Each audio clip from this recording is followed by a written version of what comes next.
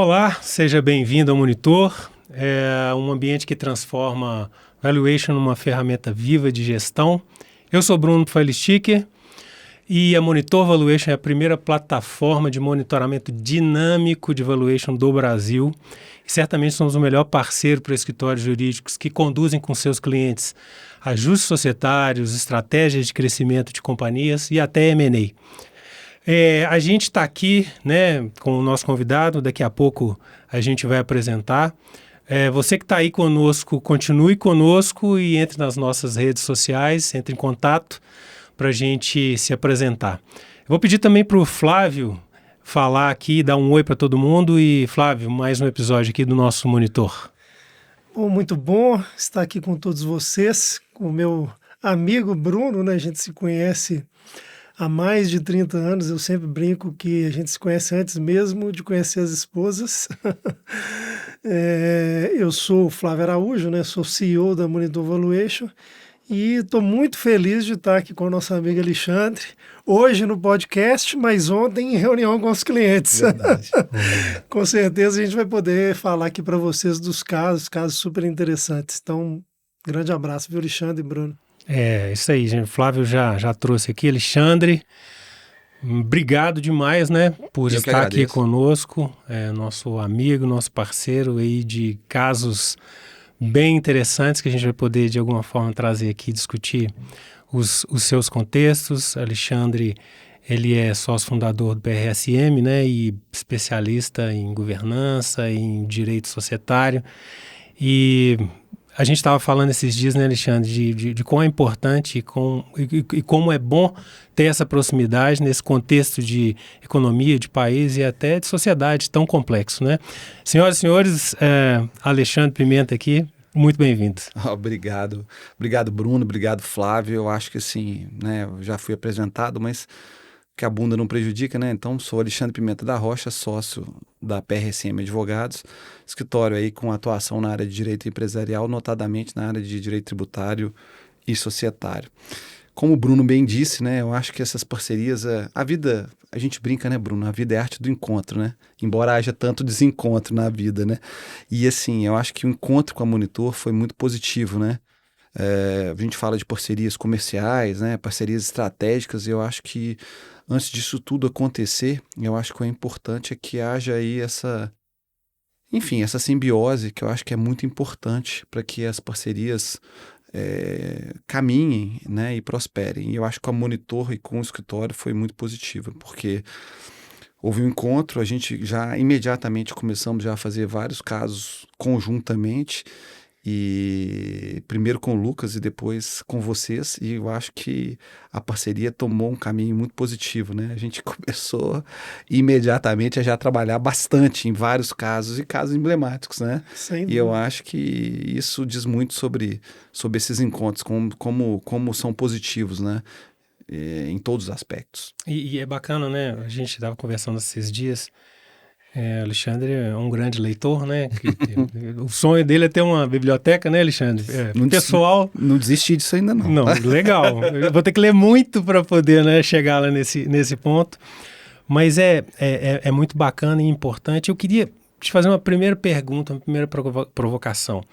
Quando que você entendeu que estar próximo dentro desse contexto de atuação do escritório, quando você viu que o que a gente faz poderia efetivamente trazer benefícios para os clientes, especificamente? Eu acho que a gente houve já... Eu acho que o capitalismo no Brasil, de uma maneira geral, ele vem evoluindo muito nos últimos anos. E esses conceitos que muitas vezes as pessoas entendem que são conceitos distantes do dia a dia, eles começaram a ficar mais próximos, né? Quando se fala em M&A, né, que são termos que a gente incorporou na língua, no português, mas que são termos, claro, originários de outra língua, da língua do inglês. Isso começou a ficar mais claro para os clientes da importância disso. Afinal de contas, isso se pratica no mundo, por que não se pratica aqui? Poxa, ainda que eu não queira vender, por que não saber qual o valor do meu negócio? Ele vale alguma coisa? Vale só para mim ou vale para o mercado? E aí a gente tinha uma demanda específica sobre um determinado cliente e falamos, moxa, que bacana, né, a apresentação desse pessoal, que bacana, o sócio esteve aqui conosco, se mostrou interessado, e quando se começa qualquer parceria, é muito importante, né? Esse primeiro passo, qual o primeiro passo? De mostrar o interesse daquela parte em realizar aquele determinado trabalho. E a Monitor, desde o primeiro momento, já deixou claro conosco que tinha interesse em realizar o trabalho. E começamos a fazer esse primeiro trabalho. A Monitor cumpriu tudo que havia sido proposto, né? Ou seja, entregou um trabalho muito bom no prazo combinado, e a partir disso a gente começou a pensar, poxa, vamos entender, né? Vamos entender, nesse primeiro caso era um cliente que tinha uma necessidade de um valuation para uma determinada situação, mas isso se aplica em outras situações, né? Às vezes o empresário quer vender aquela participação societária, às vezes ele precisa fazer um acordo com o sócio, enfim, N situações que nós percebemos o seguinte, poxa, nós somos complementares, né? A gente chega até um determinado ponto e, a partir daquele ponto, acho que a Monitor pode fazer esse trabalho. Mas aí, Bruno, eu queria fazer aqui uma parte que eu acho que é muito importante. Quando se fala em parceria, se fala também em troca. E eu acho que essa troca com a Monitor, ela sempre aconteceu. Então, nós realizamos alguns trabalhos que a gente entendia que a Monitor poderia complementar, acrescentar aquele trabalho. E com o Flávio, especialmente, a gente realizou esses trabalhos, enviou para o Flávio, e ele fez algo que, assim, além da gentileza, né, é algo muito profissional. Ele leu o trabalho, criticou o trabalho e fez inúmeras sugestões. E esse trabalho, após as sugestões, os acréscimos e as críticas, ficou um trabalho muito mais palatável para o cliente e muito mais customizado. E eu acho que aí a gente começou a perceber o seguinte, poxa, a Monitor tem realmente aí aquela vontade de realizar aquele trabalho. Além do compromisso, tem esse desejo de ajudar. Não só o escritório de advocacia, mas o empresário que também contatou diretamente a Monitor, né? Mas aí é uma curiosidade e uma pergunta genuína. Você acha que essa nossa participação impactou a consciência do cliente? Da situação, do valor do negócio dele, do ativo que ele tem na mão? Como é que ele sentiu isso? Essa é uma pergunta muito boa, né? Eu acho que esse primeiro caso foi um caso muito emblemático, por quê? Porque o cliente não tinha noção, né? Ele não tinha a menor noção de quanto valia o negócio dele, né? Ele sequer tinha uma noção que aquele negócio era vendável. Então, esse primeiro momento, eu acho que foi um momento assim, muito impactante. Por quê? Porque todo negócio tem valor. Alguns mais, outros menos. Mas todo negócio tem valor. Seja pelo valor intrínseco ao negócio, seja porque aquele negócio já está rodando. Isso é muito importante, né? Eu acho que teve esse impacto. Então, respondendo objetivamente a sua pergunta, eu acho que sim, teve um impacto muito grande para esse cliente. Por quê? Porque ele entendeu, olha, afinal de contas, esse meu negócio vale alguma coisa, entendeu? E esse meu negócio tem um valor que vai além do que ele gera para mim. Ele é um negócio que pode ser interessante ao mercado, de uma maneira geral. Então, eu acho que sim, eu acho que foi muito positivo. E aí eu vou voltar no que a gente estava conversando sobre essa nova fase do capitalismo, né? Que eu acho que há uma conscientização, esses conceitos que eram muito distantes do empresário menor, do pequeno empresário ou do empresário mediano, eles agora começaram a ficar cada vez mais conscientes, né? Ou seja, o empresário agora tem uma noção, ainda que pequena, que aquele negócio é interessante, né? Seja aí um pequeno supermercado, seja uma grande distribuidora, né? O supermercado interessa porque ele pode fazer parte de uma cadeia. E a distribuidora, porque eu quero fazer uma consolidação do setor. Então, assim, todo aquele negócio, eu acho que ele pode ser interessante para alguém, né? Seja para o próprio empresário que entende que aquele negócio vale, então ele pode negociar com o sócio, seja para mercado, seja até para uma consolidação do setor. Então, respondendo a sua pergunta, sim, foi impactante, foi interessante para aquela, sobretudo porque eu acho que esse primeiro start, ou seja, esse primeiro negócio, foi de alguém que muitas vezes entendia que aquele negócio não tinha valor, né? Ele estava tão inserido dentro da operação, tão operacional, que ele não tinha noção de onde ele tinha saído, de onde ele tinha chegado. E eu acho que isso tem Claro que todo negócio é importante, mas esse talvez tenha um pouco mais, vamos assim dizer, porque gerou até autoestima, né? Que é algo que talvez a Monitor não trabalhe, né? Que é essa questão psicológica. E é muito importante, né? Assim, tem um caso que eu gosto, né, demais, a gente trabalhou ele em conjunto. Obviamente nós não podemos aqui citar Infelizmente, né? cliente, mas é uma empresa que, inclusive, um dos acionistas da empresa é uma empresa de capital aberto. E um dos sócios, né, ele estava numa negociação que, né, acabou resultando na saída dele enquanto sócio desse negócio. Alexandre, né, nos chamou.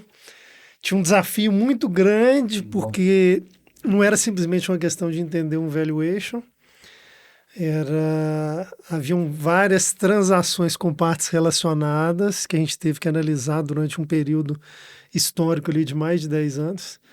E foi muito, muito legal, o que eu acho bacana, né, de atuar com a PRSM, é que eu acho que muitas respostas, Bruno, elas vêm da interseção do conhecimento de finanças com o conhecimento jurídico. Então, eu queria que, né, o Alexandre falasse um pouquinho para a gente desse caso, porque para mim é um dos mais legais, muito interessante, muito desafiador, mas foi muito, muito gostoso de fazer.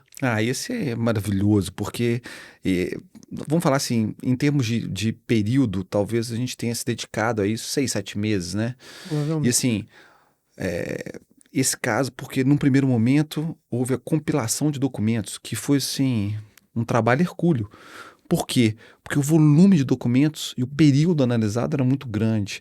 E aí, como o Flávio disse, envolvia também, né, outra empresa, enfim. Esse cliente especificamente tinha passado por vários cenários, né?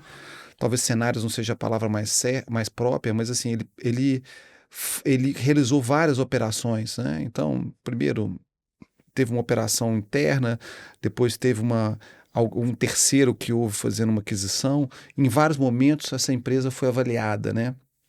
E o cliente tinha, e como todo empresário brasileiro, o cliente tinha passado por vários momentos dentro da empresa. Era uma pessoa que estava desde a fundação e que tinha se afastado aí do dia a dia da empresa por outras questões. E tinha uma noção exata, né? Assim, de onde ele tinha saído e aonde a empresa tinha chegado, tinha uma noção muito, muito grande, tinha uma boa noção, vamos assim dizer, de como é que a empresa se comportava. Então, ele entendia que aquelas oscilações eram parte do roteiro da empresa mesmo, do caminho que a empresa estava seguindo. E eu lembro que, assim, a gente teve acesso aos documentos, análise de balanço, enfim, demais informações financeiras. A empresa, em nenhum momento, se negou a entregar as informações, muito solícita, muito esclarecedora. E Flávio e equipe fizeram um trabalho assim, muito interessante, né? Com dados de mercado daquele setor, daquele determinado setor, de qual que era o múltiplo. Afinal de contas, era múltiplo de EBITDA, né? Enfim, era fluxo. Os métodos de avaliação fez diversos cenários e a partir, ainda que ele tenha adotado diversos cenários, o resultado final, Bruno, ficou muito próximo. Então, mostrando aí que tinha uma coerência, né, no dia a dia da empresa. E o mais legal, Bruno, o mais legal dessa história como um todo, assim, eu fico até entusiasmado para falar, é que a negociação em si, né, com o controlador, né, com o CEO, era alguém que estava sentado nessa cadeira por mérito, né? Alguém que tinha um conhecimento profundo da empresa, dos números, do mercado e do potencial de crescimento. Então, as discussões, claro, muito belicosas, mas muito respeitosas ao mesmo tempo, parece uma contradição, né? Mas aconteceram nesse cenário e assim, fomos discutindo diversas situações. Flávio participou num determinado momento, Bruno chegou essa eu quero contar, essa depois na situação eu vou contar. mais delicada também. Essa eu vou contar. Né, nós vamos chegar nisso. Então, assim, discutindo esses cenários, discutindo essas situações com esse controlado, vamos dizer assim, com esse gestor e sócio ao mesmo tempo. Então, assim, que culminou depois, né, ao final, na realização da saída do E não nosso é cliente. porque eu não quis ir até o fim, não, só para esclarecer para quem está escutando, a situação se estendeu, né? Eu lembro que eu tinha uma viagem, se não me engano, para a Espanha, e nessa ocasião eu não estava no Brasil, a reunião tinha que acontecer. Toda sexta-feira, você lembra? Sempre sexta-feira, era a Sexta-feira à tarde. última reunião da semana, né? É. E aí o Bruno, né, obviamente com toda a competência, foi lá e participou dessa, acho que foi a última reunião, né? Foi a última reunião. Não, e foi, assim, obviamente, sem detalhes, mas a situação foi muito interessante, né? A gente chegou, eu lembro que você já estava lá, acho que o Rafik chegou depois, eu cheguei, a gente começou, como é que nós vamos conduzir? Aí chegou o cliente, né, do nosso lado, eu tenho aqui um plano B na minha carteira. Sempre tem, né? Eu tenho aqui um plano B. Qual é o seu plano B? Aí ele descreveu lá pra gente, se precisar Muito meticuloso, né, eu Bruno? já vou sacar aqui agora e a gente já coloca na mesa. Muito bem, aí chegamos lá, né, aquele clima terrível do início, sentou a outra parte, e aí a outra parte falou assim, a gente não tem muito o que conversar, porque vocês já apresentaram, tá ok, é isso aí. Aí a gente entreolhou assim, né, e o nosso cliente já guardou a pasta dele, assim, já botou para baixo. Segundo... E não, nós vamos pensar aqui numa proposta, né, para vocês e tudo. Resumo da ópera. Depois desse ambiente, e o mais bacana, eles se abraçaram. É verdade, eu tinha esquecido Eles disso. se abraçaram, Uhum. apesar do clima belicoso, colegas, amigos de faculdade. Sócios, né? Sócios de vida inteira. Uhum. E que ali parece que naquele momento liberaram assim, né, uma parte do peso de cada um e desceu o elevador sorrindo já, assim, com uma outra aura, né? Diferente daquela que ele tinha entrado. Eu não fiz nada nessa reunião, eu só participei. Não tinha o que fazer, o Flávio já tinha feito tudo. Mas deu sorte, Bruno, deu sorte. Era muito bom, né? Assim, a gente, agora que deu certo é fácil falar, né? Mas assim, a gente, olhando para trás, né? A gente, foi uma negociação muito interessante, né? Essa sexta-feira, assim, depois do almoço, né? E se estendeu por um período, assim, e ele, claro, a gente entende que é natural, né? O sócio lá que estava na gestão, às vezes impaciente, né? Às vezes às vezes excessivamente duro, né? E a gente sabe que isso é natural. E assim, parte, né, do processo. Faz parte do processo. E eu lembro desse caso, eu acho que um aspecto que a gente tem que ressaltar aqui é que quando terminou a negociação, que a gente entendeu que era a parte mais complicada, nós começamos a pensar o seguinte, poxa, mas e agora? E a questão tributária? E o custo tributário dessa operação? Agora que nós chegamos a um denominador comum, nós precisamos agora fazer o planejamento para entender como, de forma lícita, a gente pode diminuir a carga dessa operação. E isso gerou outro parecer, outra situação. Então, assim, também foi uma questão muito interessante, porque nós tentamos também desenhar vários cenários, né? Que esses cenários esses cenários por si só não resolveriam a situação, porque também teria que contar também com a boa vontade da parte de lá. Então, além dos cenários, nós teríamos que voltar à mesa de negociação, né, Flávio? Exatamente. Para que o cliente também, ou seja, para que a parte que era aquela que estava fazendo a aquisição também entendesse que aquela situação poderia ser feita e não colocasse em risco a empresa, né, a companhia. Então, eu acho que isso também foi um aspecto muito interessante. E outro aspecto, Bruno, que eu me lembro é que nós fizemos também todo um histórico, né, das alterações societárias, das mudanças, da prestação de contas, das assembleias. Submetemos isso também a um outro advogado, um professor também, que infelizmente nós não podemos aqui também citar o nome, que também analisou essa documentação como um todo e também emitiu um parecer, e concluindo com algumas situações também que, claro, a gente também entendia que tinha uma vulnerabilidade, mas nem sequer foi necessário, né? Exatamente. A gente guardou essa documentação, que é essa que o Bruno está dizendo aqui, que a gente acabou não precisando chegar a essa situação, que é o melhor caminho, né, Bruno? Que eu acho que o melhor caminho é um acordo que seja interessante para ambas as partes, né? E eu acho que a gente conseguiu esse final, vamos dizer, esse final feliz, né? Foi muito, muito bacana. O Bruno, você me permite quebrar o protocolo aqui, porque eu tô com um negócio na cabeça.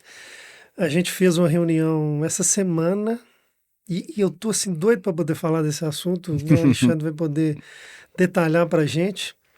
É uma situação seguinte, uma empresa em que a gente fez o valuation dessa empresa, mas numa situação muito peculiar. Essa é uma empresa que atua na venda de insumos para a área de limpeza, então ela fornece para diversas outras empresas em diversas regiões no Brasil, e ela vem num processo de crescimento, ainda é uma gestão familiar de segunda geração, a primeira geração está no conselho, e foi necessário fazer um valuation, né? O Alexandre nos chamou e falou assim, nós precisamos ter uma visão de valuation, só que essa empresa está num processo de crescimento, de profissionalização, onde ela precisa e está desenvolvendo um programa de stock options. E aí eu queria, né, que o Alexandre falasse um pouquinho sobre isso para a gente. E como, né, que o jurídico se encontra com o financeiro, com a contabilidade, né, nesse caso que é super, super interessante e pode ser útil aí para muita gente que está nos escutando. Quando a gente começa a bater papo, né, acaba que todos são interessantes, né?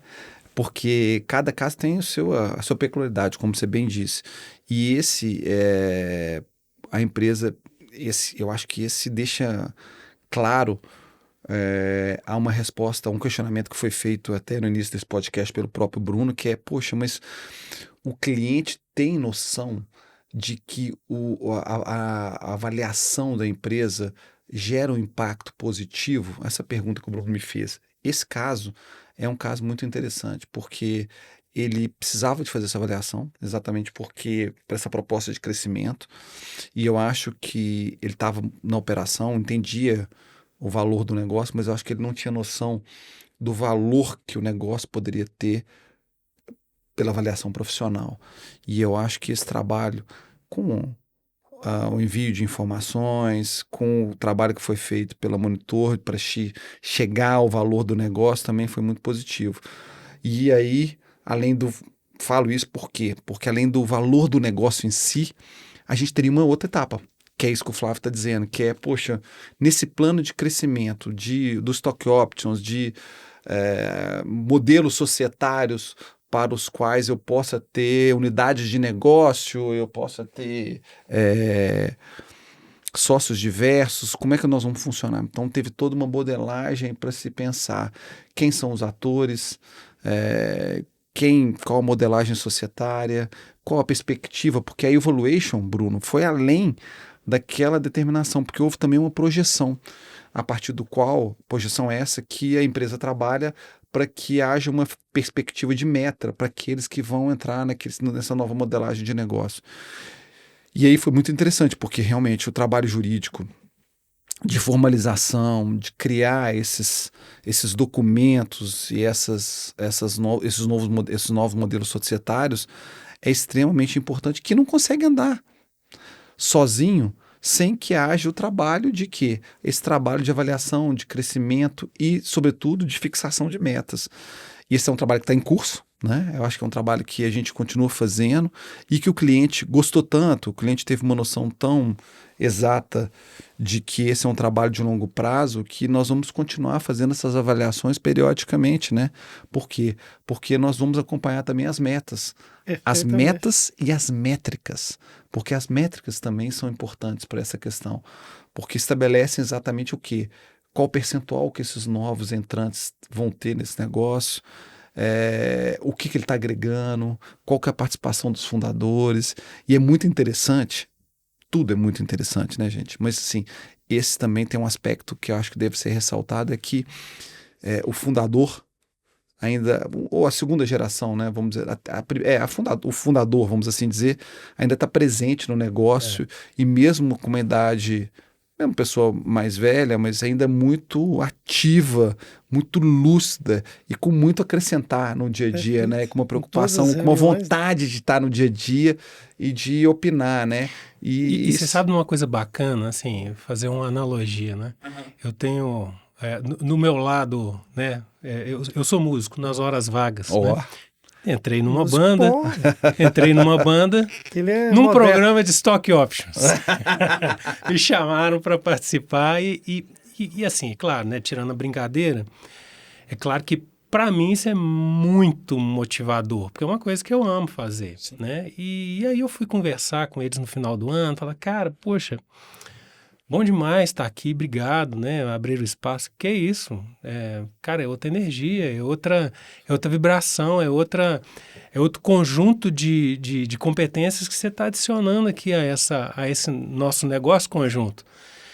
E aí é a mesma coisa, né? Porque nessa visão desse nosso cliente, é uma visão de sucessão, cara, quer queira ou quer não. Sim. Porque pessoas novas estão chegando, ou chegarão, provavelmente, e que vão trazer suas competências distintas e que vão trazer energias para fazer o negócio.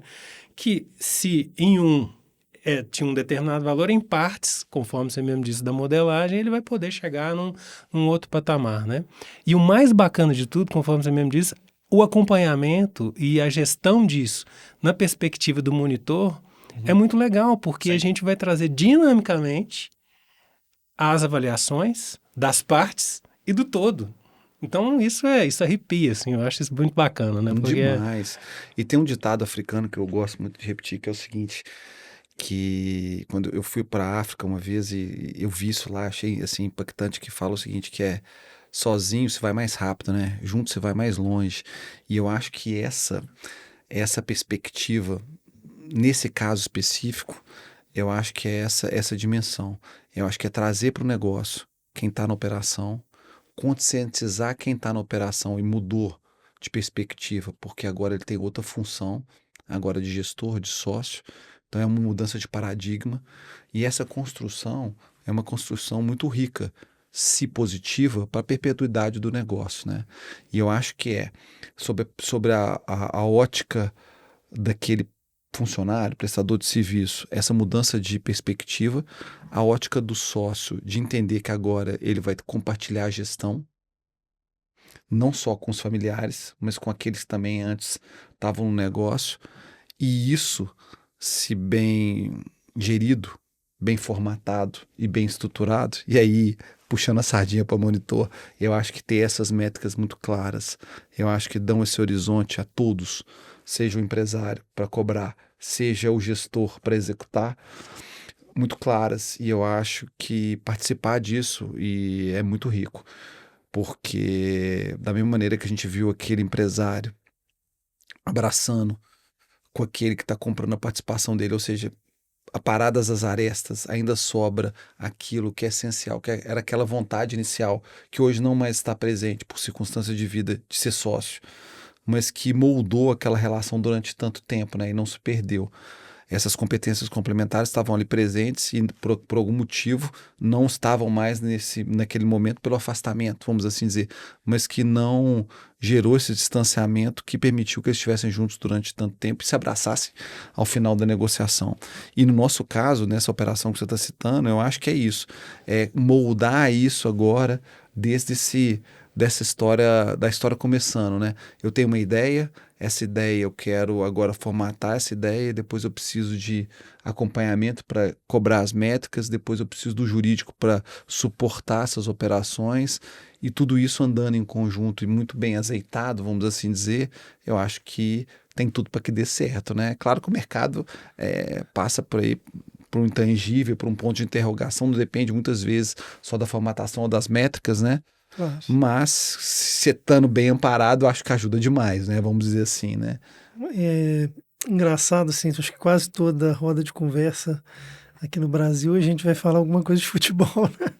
E antes aqui, até da gente começar o podcast, a gente estava falando de futebol e eu tô brincando com isso, é mais por conta da sintonia, né? Do entrosamento. A gente está falando muito dos clientes, né, dos casos dos clientes, mas eu queria abordar muito assim a forma de trabalho, né, da Monitor com a PRSM. E eu vejo hoje, eu sinto isso hoje em todas as reuniões, que assim, a sintonia que a gente tem, o entrosamento que a gente tem é como aquele time que está ganhando tudo.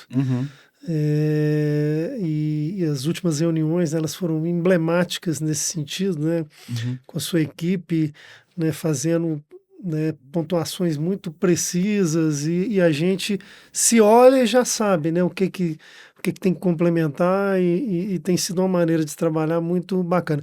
Eu brinco também, né, que assim, meu pai, né, apesar de ter sido do setor financeiro, ele foi formado é formado, né, em Direito. Uhum.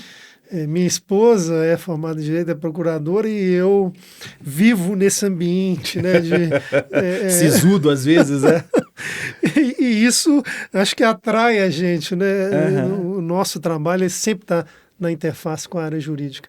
Mas eu queria que você comentasse assim, de como é que tem sido a nossa interação ali, na execução mesmo, né, desses projetos com os nossos clientes. A gente estava brincando aqui antes de começar o podcast exatamente isso, né?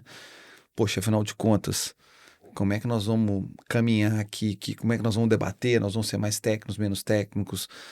Enfim, apesar de não termos combinado nada naquela parceria, essa sintonia mostra exatamente aquele tipo de futebol do lateral que cruza para a área e acerta a cabeça do atacante, mas ele não olhou quando estava cruzando. Talvez porque ele soubesse que o atacante estaria naquele ponto que ele sempre estava. E eu acho que essa afinidade é uma afinidade que ela às vezes não é treinada, né? Ao contrário do futebol, que exige muito treino, muita dedicação, muita disciplina, essa afinidade ela aconteceu por afinidade mesmo, né? Com a própria natureza da palavra, né? Eu acho que a gente começou a trabalhar, a gente percebeu, poxa, o monitor tem entrega, né? Parece óbvio, né? Parece assim uma obrigação, e de fato é óbvio, e é uma obrigação, mas a Monitor sempre conseguiu entregar o que ela se propôs a fazer. E eu acho que o que foi bacana nessa parceria foi que a gente também, eu lembro que o Flávio, quando esteve lá no escritório as primeiras vezes, a gente brincava que a gente, assim, apesar de sermos advogados, apesar de sermos escritório de advocacia, a gente muitas vezes não se comportava nem como escritório de advocacia, nem como advogado. E nada contra os advogados, nem o escritório de advocacia. Até porque eu sou advogado e sou sócio de um escritório de advocacia. Mas eu acho que a gente tem que buscar isso. Eu acho que muitas vezes, talvez, uma deformação profissional que nós tenhamos na profissão, no direito de uma maneira geral e, sobretudo, na advocacia, muitas vezes o advogado acaba se perdendo na teoria, né? Naquela vaidade de determinadas situações e muitas vezes esquece um pouco o que o cliente pediu, o que o cliente solicitou. E eu acho que com a gente, nessa parceria, eu acho que o que foi mais interessante é que desde o primeiro dia ficou muito claro, tanto para mim quanto em relação a vocês, que nós sabíamos exatamente o que nós deveríamos entregar. Eu, como escritório, formatando, suportando e formalizando determinadas situações. Vocês, como boutique, parceiro, ali entregando para o cliente, tendo consciência exata de até onde o cliente poderia chegar. E aí eu acho que teve, né? Teve esse encaixe, vamos assim dizer, que eu acho que esse encaixe foi muito natural e aconteceu muito rápido, né? Se a gente for olhar, a gente foi falar que a parceria com a Monitor é uma parceria recente. Nós estamos aqui fazendo um podcast, fizemos inúmeras operações, essas operações foram muito exitosas, poderiam não ser, porque muitas vezes acaba que a concretização daquela determinada operação não depende da Monitor, não depende do escritório, depende do cliente, que deseja ou não fazer, depende do mercado, que aceita essa operação, depende do momento, enfim, vários fatores que a gente poderia trabalhar. E poderiam acontecer. E desde o primeiro dia, acho que nós conseguimos, ainda que nós não criássemos aí um manual de conduta, vamos assim dizer, a conduta entre o parceiro e o escritório foi muito positiva, foi muito complementar e foi muito de parceria mesmo, né? De criticar, certeza. de sugerir, de apresentar alternativas. Eu acho que essa dialética, que é o termo correto, eu acho que essa dialética sempre esteve presente aqui nessa nossa parceria. E isso gerou essa liga que está aqui presente hoje nesse podcast, né? O Alexandre, Bruno, ele é muito humilde, né? Assim, né? E muito gentil com a gente. Obrigado. Mas algo que eu tenho, né, como testemunha, né, que dizer e ressaltar é que é uma forma de atuação com a área jurídica, com o direito muito diferente. Algo que eu percebi, né, em todas as interações, né, os inúmeros clientes que nós já atendemos juntos, essa é uma preocupação em ter uma linguagem que seja acessível, uma estruturação, né, do racional, de tudo que vai ser feito, de maneira a dar entendimento para o cliente. E isso é algo raro, eu acho, assim, no mundo jurídico, ter essa preocupação de ser acessível, obviamente fazendo um trabalho que é profundo, né, muito bem estruturado, mas no dia a dia, ali na interação com o cliente, de uma forma muito fácil, né, de entendimento do cliente. Então é algo que eu tenho também aprendido, né, nessa interação, viu, Alexandre, com a PRSM, que afeta, né, e muda também a forma da gente trabalhar para evitar, né, a gente fala aqui dos termos em inglês, das questões Uhum. técnicas, de Do ser juridiquês, né? cuidadoso, né, nesse sentido, como você está dizendo, com o juridiquês, mas com o financeiros aqui também, né, para a gente não ficar pedante e não ficar levando coisas que o cliente não vai entender, né? Então, tenho Esse é um aprendido problema que a muito. gente. Esse é algo que, assim, eu trabalhei na auditoria, né? Saudade, inclusive, dessa época, que eu acho que é algo que é muito importante, né? Muitas vezes a gente chegava assim, tinha um determinado julgamento, determinada situação. Quantas vezes eu passei por isso? O cliente terminava aquela determinada situação. E aí, ganhei? Quer dizer, ambos falamos português.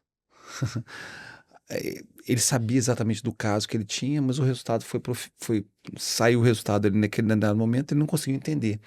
Isso é um problema sério, porque se você, o direito, ali como instrumento, né, como meio de aparar essas arestas da relação da sociedade como um todo, se ele não consegue ser inteligível, se ele não consegue ser claro, pois ele já falha na sua essência, né? Porque quando você pensa o seguinte, quando você pensa no trabalho de um juiz, quando você pensa num trabalho de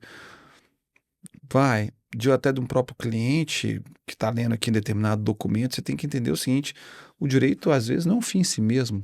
Ele tem um objetivo, que o objetivo dele é regulamentar aquela determinada situação, formatar um determinado negócio, apresentar uma solução para a sociedade, para minimizar determinado dano que aconteceu. Então, como instrumento para apaziguar essas situações, como instrumento para aparar essas arestas, se ele não consegue ser claro, ele falha na sua essência. E eu acho que isso é uma questão muito importante. Você está brincando com seu pai, tem formação jurídica, o meu, com os 90 anos que ele tem, é economista, né? E assim, a gente sempre, os trabalhos que eu fazia no início da carreira, eu gostava muito de submeter para ele. E ele tem uma maneira, né? Uma letra muito característica, né? Assim, sabe? Um jeito que escreve, assim, é um jeito que não é cursivo e tal. E assim, você bate o olho, você sabe que foi ele que escreveu, né? Interessante. E aí ele falava comigo assim: olha, você tem que, qualquer coisa que você for fazer, você tem que obedecer os 3 Cs. Eu ficava assim, mas quais são os 3 Cs, pai? Ele falava: clareza, concisão e correção. Eu falei, puxa vida, tá aí um norte excelente para a gente seguir, tá aí um caminho que eu acho que todos devem ter assim sempre naquela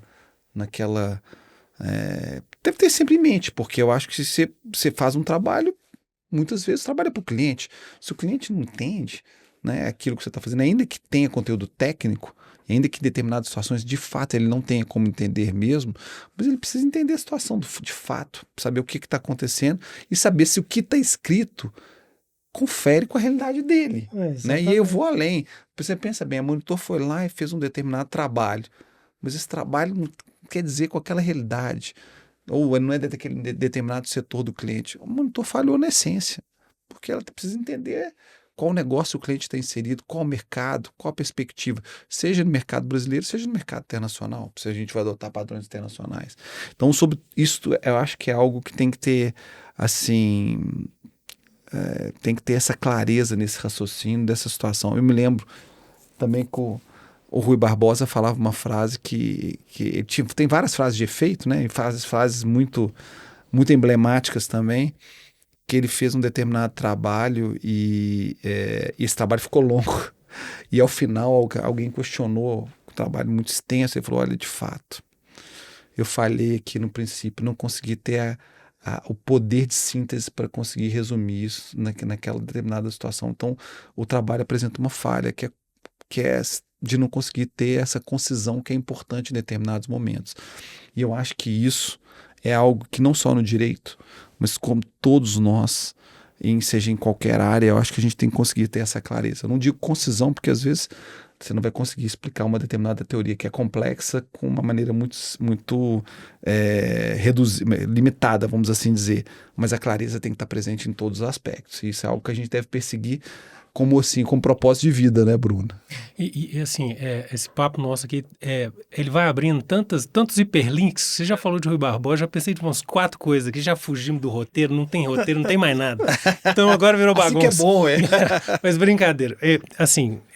Eu acho que a gente tem que agora botar uma pimenta aqui na nossa conversa, porque a internet gosta de pimenta. Gosta de confusão.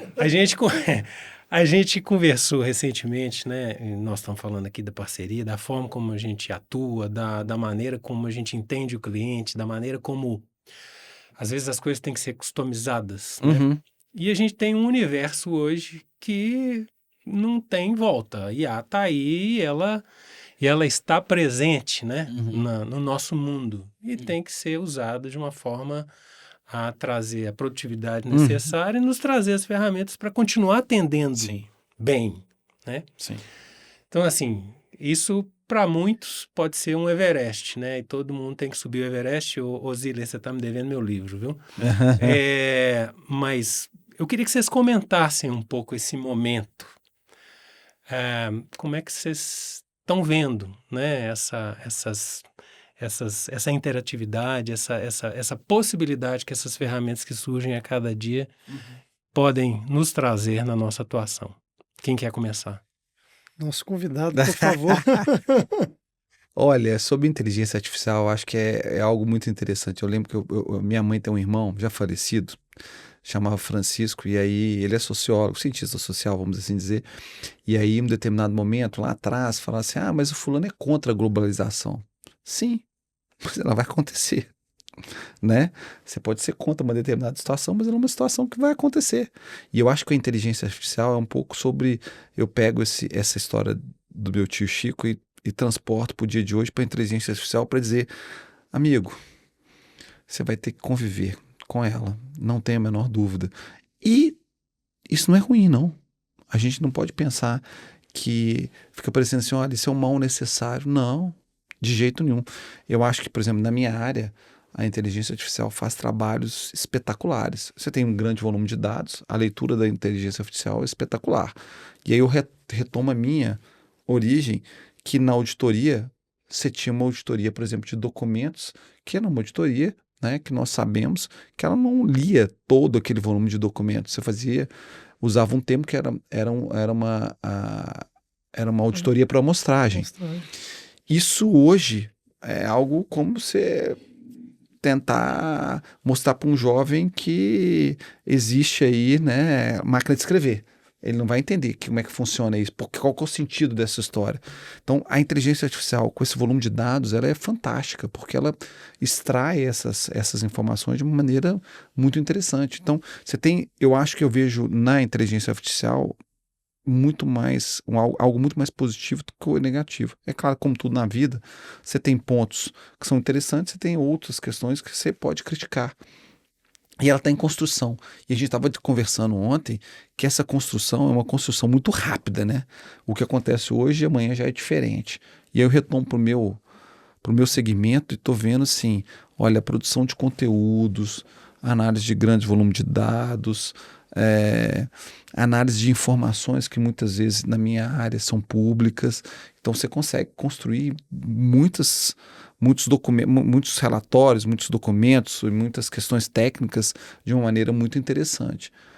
Ela vai, inevitavelmente, diminuir alguma necessidade de mão de obra, né? A gente estava falando sobre isso, mas ela é essencial que aquele usuário, que aquela pessoa que solicitou aquela informação, que utilizou a inteligência artificial, faça esse trabalho crítico também. A gente estava dizendo sobre isso, poxa, se eu faço essa análise das informações que são públicas, ok, mas se eu preciso pensar, por exemplo, de algo que ainda não foi decidido, de um outro ponto de vista, de uma outra perspectiva, ela não vai te dar. Ou se ela te der algum tipo de informação, algum tipo de insight, não vai ser completo. Então eu acho que ela extremamente interessante, mas ainda a cabeça do ser humano, eu acho que a capacidade de produzir conteúdo e até a própria criação da IA ainda é algo que a gente vai vai ter que poder contar com bastante tempo, né? Eu vejo que é uma mudança significativa no dia a dia. E assim, estou com quase 30 anos de formado, né? Então, poxa, eu peguei fax, eu peguei máquina de escrever, a gente estava falando sobre ontem. Poxa, eu peguei nota fiscal física, então, né, na auditoria tinha aquelas pessoas que gostavam de calçar nota. Hoje a pessoa nem sabe o que é isso, né? Acha que é da idade da O famoso data room não era um diretório eletrônico, é uma sala, era uma sala com então, documentos. Assim, né? a gente fala sobre isso, falamos de orelhão também, então nós estamos pensando o seguinte, hoje essas questões, elas estão cada vez, elas estão mais sendo, a tecnologia e a modernidade, ela está aí a serviço do ser humano. Então elas vão facilitar muito determinadas atividades, eu acho que elas vão criar um outro universo, um outro paradigma muito positivo, né? Mas você falou da leitura, acho que a gente também tem que tomar cuidado. Algumas questões que existem há muito tempo, elas vão continuar existindo. Há uma necessidade ainda dessa. Nada vai poder suprir o conhecimento humano. Acho que nada vai poder suprir a criatividade daquela pessoa que realiza determinada tarefa. Mas não tenha dúvida, eu acho que a inteligência artificial vai poupar tempo e vai facilitar em muito determinadas atividades. Então, ela está aí para essas questões como um todo. Eu estava vindo aqui agora para esse podcast e estou observando que está tendo um movimento aqui em Belo Horizonte muito grande de câmeras na rua, né, que estão detectando, inclusive a propaganda que consta é que, olha, se aquele determinado sujeito tem alguma ordem judicial, ele está descumprindo um mandato judicial aí de prisão desse sujeito, esse vai identificar na hora.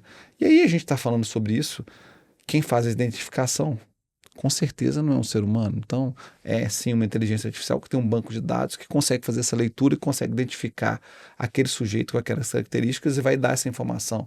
Mas isso é a ponta do iceberg. Você está falando do Everest? Nós vamos falar do iceberg, que é o seguinte.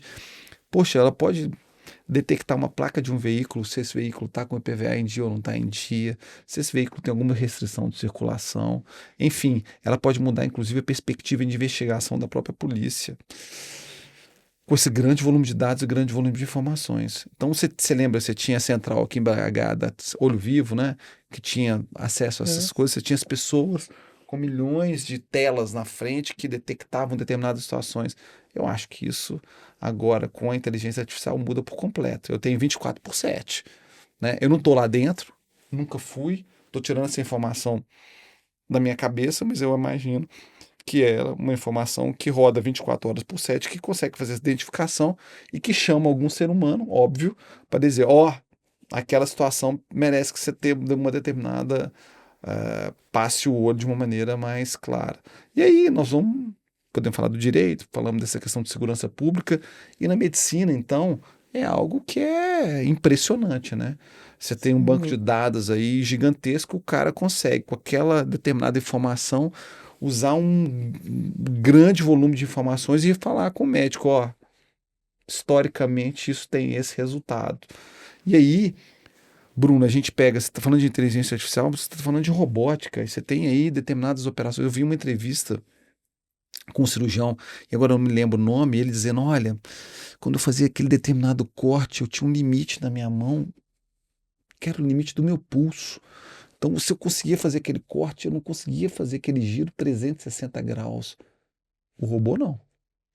O robô não treme. O robô faz o corte exatamente naquela metragem e consegue fazer o giro 360. Mas quem vai dar ordem para o robô? Quem vai dizer qual que é a profundidade que ele vai fazer? São questões que a gente tem que se pensar, né, em relação a tudo isso. Mas eu vejo da mesma maneira que a globalização é inevitável. É algo que vai estar presente no dia a dia e eu acho que ela muda por completo tudo aquilo que nós três aqui estudamos. Tudo aquilo que a gente sentou em cima e achava que era a realidade nua e crua, que aquilo não ia mudar. Eu acho que essa é uma perspectiva gigantesca para a nossa geração e para gerações que estão por vir aí, que vão ter uma capacidade gigantesca. Eu estava vendo outro dia, eu não acreditei. Mas eu estava vendo alguns estagiários falando assim, poxa, eu consigo agora fazer um resumo, consigo fazer um vídeo, eu consigo fazer isso, fazer aquilo. Então, quer dizer, você tem uma capacidade gigantesca. Agora, a inteligência artificial não vai estudar para o caboclo. Ele vai ter que sentar e assimilar aquela informação como um todo. A gente não é possível que vai chegar algum dia que alguém vai fazer uma prova e manda a inteligência artificial executar aquela prova. Isso não tem cabimento, né? Mas eu acho que ela vai facilitar demais o acesso a todas essas informações. E a grande questão, estou me prolongando aqui porque acho que esse é um assunto muito interessante, que é o seguinte, poxa, nós temos um histórico gigantesco, a gente falava sobre isso, de literatura, e eu não estou dizendo literatura, só literatura para deleite, mas a literatura técnica, de um histórico gigantesco de gente que, poxa, que sentou, estudou, se debruçou sobre fatos que são interessantíssimos. Onde que isso vai estar dentro da inteligência artificial? Ela vai buscar todo esse histórico, toda essa evolução, todo esse sentimento, todo esse motivo, né? Questões que são intangíveis, né? Que são, assim, da próprio deleite daquela pessoa. E aí, onde que isso vai estar nisso tudo? Como é que a gente vai conseguir que um jovem de 18 anos fique ali 2, 3 horas sentado sem se levantar, que ele vai ter que ler, ele vai ter que passar a página, ele vai ter que compreender, ele vai ter que usar a imaginação para pensar, né, nesse personagem, vai criar a própria interpretação daquele texto, vai criar aquele próprio sentimento de afinidade com tudo isso. Como? Eu achei muito interessante, Alexandre, você está comentando sobre a inteligência artificial e eu lembrei aqui do que você falou sobre seu pai. Os 3 Cs, não é isso? Clareza, concisão e correção. É, isso aí. Foi isso? Foi. E eu fiquei pensando assim, isso são habilidades, né, que você desenvolve. E desenvolve com o tempo, né, exercitando o processo ali de aquisição do conhecimento para, em determinado momento, conseguir produzir um texto de qualidade. E eu fico pensando assim, como as pessoas terão a oportunidade hoje de desenvolver os 3 Cs se elas delegarem para a inteligência artificial a construção dos textos, que é algo que já está ocorrendo. Uhum. Então eu fico pensando assim que a inteligência artificial ela traz assim, pelo menos 3 impactos que eu acho muito grandes. Uhum. Acho que o primeiro é esse, sobre a formação das pessoas, né? Como que o processo de uso da inteligência artificial afeta a própria formação e desenvolvimento da mente humana. A gente sempre foi muito exigido, né, no nosso trabalho, ainda somos, a capacidade de análise e síntese, né? Sim. Que se reflete aí na teoria do seu pai dos 3 Cs. Uhum.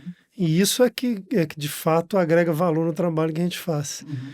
Então eu fico com um pouco de dúvida se não há um risco nesse sentido de o uso intenso da inteligência artificial limitar a capacidade de desenvolvimento da mente humana, né, parafraseando seu pai, dos 3 Cs.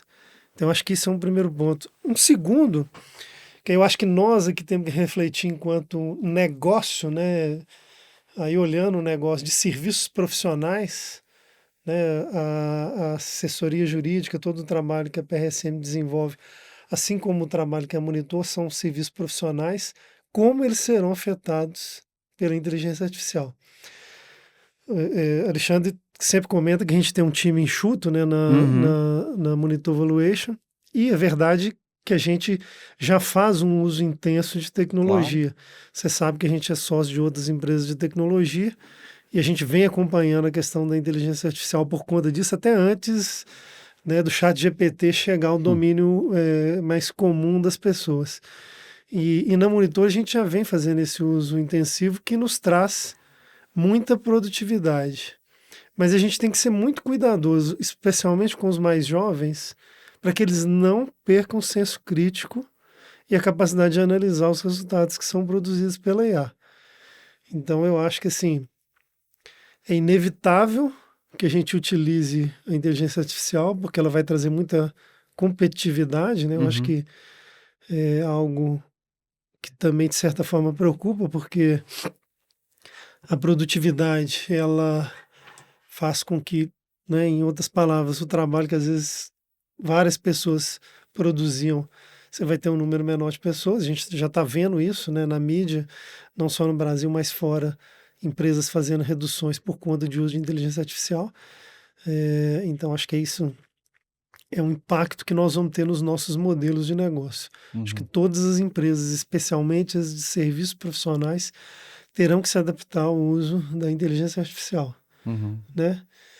E agora, acho que o terceiro ponto é que isso abre também muitas oportunidades novas, né? Talvez abra um mundo inexplorado de negócios novos que podem surgir, de novas formas, né, de se realizar o que antes, né, era feito de determinada maneira. Então, acho que toda inovação, ela abre portas que às vezes, né, nos assustam, mas que vão dar possibilidades que às vezes nós não estamos nem imaginando, né?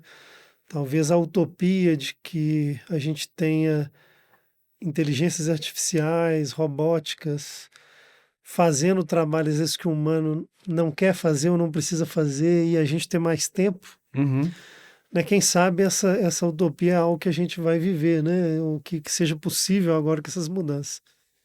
Tipo os Jetsons, né? Não é que era um desenho, você pensa bem nos anos 70, 80, que se imaginavam determinados cenários que a gente achava engraçado, que hoje a gente fala assim, poxa, né? São coisas que você pode até rir, né? E você pensa bem, numa questão lúdica, que é um desenho clássico dos anos 70, 80, várias situações estão lá ou estão presentes. Perfeitamente. Não é? E aí eu vou no outro lado. Numa questão, estou falando lá da questão como é que as coisas são, tem a questão do imaginar como é que seria o futuro, e esse futuro está presente no dia de hoje, e até pro lado até do deboche, né? Se você for pegar os Simpsons, o desenho também, que é um desenho muito interessante, uma das questões que os Simpsons achavam graça é que eles imaginavam que o Trump seria presidente dos Estados Unidos, e era uma coisa tão estapafúrdia que eles colocaram no desenho como uma forma até de deboche. E hoje é uma realidade. Então, assim, a vida, você tem uma certeza na vida, seja em que área você atuar, é que o dia de amanhã é diferente do dia de hoje. E uma certeza e uma convicção que aquilo é irrefutável, muitas vezes ele deixa de ser. Né? Tem certeza absoluta que vocês dois fizeram um curso de datilografia. Não. Hoje, se você pegar uma máquina de escrever, a pessoa vai dizer o seguinte, meu Deus, você vai achar engraçado, né? Vai falar assim, qual que é o sentido disso? Contei um caso para vocês do meu filho, que é exatamente isso. Eu fui numa delegacia fazer uma ocorrência policial, tinha uma máquina de escrever, por qual motivo eu não sei, né? E ele fez uma ocorrência na máquina de escrever. Meu filho achou que a máquina de escrever era um computador com impressora. Quer dizer, ele não conviveu, ele não viu uma máquina de escrever. Então você imagina qual que é a realidade. E aí, tô pegando o exemplo da máquina de escrever, Bruno, para a gente pensar o seguinte: e aquele que produzia? E aquela indústria que produzia a máquina de escrever? O que aconteceu com ela? Olivetti. Não é? E essa certeza é a seguinte: a grande trunfo dessa história é o quê? É você saber se reinventar. A vida, essa refazer, né? Você se reinventar, você ter certeza que você vai se adaptar ao mercado ou uma determinada situação, acho que ela é muito importante. Eu brincava com a minha mãe falava comigo, eu tenho uma relação muito próxima com ela. Às vezes ela fala assim, você acha que o mais forte é o que bate mais forte? Não, talvez o mais forte é o que se adapte mais rápido, né? Então aquele que consiga se adaptar, absorver melhor aquele impacto é aquele que vai sobreviver. E na natureza isso acontece de uma maneira assim muito clara, muito evidente. E eu acho que no capitalismo, no meio empresarial, essa é uma questão. Se a gente citar exemplos, a gente citou Olivetti, mas se você for voltar para a Xerox mudou o modelo de negócio muito rápido, entendendo, poxa, se eu ficar só com copiadora, daqui a pouco ninguém mais vai entender qual o sentido dessa situação. E essa é isso que está acontecendo hoje, né? Hoje você tem a mudança radical em relação a vários modelos de negócio, né? A gente falou dessa questão da distribuidora, pode ser que no futuro isso não exista mais. Cara, isso é tão incrível, assim, tem dimensões que eu entendo que a gente não domina e que namoram com as teorias da conspiração. Por exemplo, você citou Trump aí, né? Se você pegar aí a turma do Peter Thiel, lá do PayPal Mafia, próprio Elon Musk, os caras, investiram uma grana na campanha do Trump, né? À toa é que não foi. Sem né? dúvida. Sem dúvida nenhuma. Agora, cara, não sei o que está acontecendo, a gente tem ideias aí dessa questão geopolítica, a gente ouve os especialistas falando, mas aquilo que nos impacta, né? na perspectiva da IA, né? Aham. E a gente usa muito, né? O Sim. Flávio comentou e até outro dia eu me peguei um certo ponto constrangido. Uhum. Cara, a gente faz apresentações para os clientes, né? Enfim. E a gente tem um fornecedor, parceiro, que nos ajuda a criar, né, a nossa identidade, enfim. E eu fiquei de preparar um conteúdo. O que eu fiz? Cara, eu vou ganhar tempo aqui, eu vou fazer um super prompt, vou criar aqui, pá, beleza, coloquei tudo, fiz o prompt, cara, saiu um negócio bacana. Eu falei assim, como é que eu mostro isso pro cara? Mas eu fui, porque não dava tempo mais, eu tinha que entregar para ele. E eu entreguei, e eu olhei para ele do outro lado da tela, foi online. Cara, eu vi o constrangimento dele. Eu vi como ele ficou impactado. E ele ficou sem jeito de me perguntar: é você que fez isso aí? Porque quando você não preocupa muito com a forma, não, só manda o conteúdo. Eu falei assim, cara, eu não fiz nada. Isso aí eu peguei a apresentação, a sua linha, joguei lá dentro, fiz um comando de coisa que eu queria e ele fez isso.